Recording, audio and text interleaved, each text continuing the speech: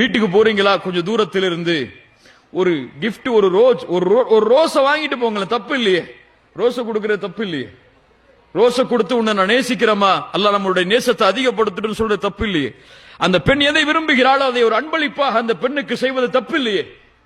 இப்படி அன்பும் பாசமும் காதலாக அந்த குடும்பத்தில் வெளிப்படுத்தப்பட்டால் நிரந்தரமாக அந்த அன்பு அமையும். அப்துல்லா இப்னு மஸ்ஊத் ரலியல்லாஹு அன்ஹு தங்கள் மனைவியை அதிகமாக நேசித்த நபித்தோழர்களில் ஒருவர்.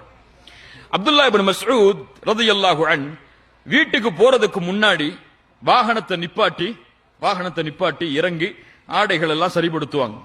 தங்களுடைய முகத்தை எல்லாம் தொடச்சு தலையெல்லாம் நல்ல சீவி உள்ள போவாங்க. சில சஹாபாக்கள் அதை பார்த்து சிரித்தார்கள். அப்துல்லா இப்னு மஸ்ஊத், என்ன செய்கிறாய்? போது சொன்னார்கள், எனக்காக அலங்கரித்து என்னுடைய மனைவி வீட்டிலே இருக்கும் பொழுது அவளுக்காக நான் அலங்கரிக்க கூடாதா? பல பேர் கேட்பாங்க.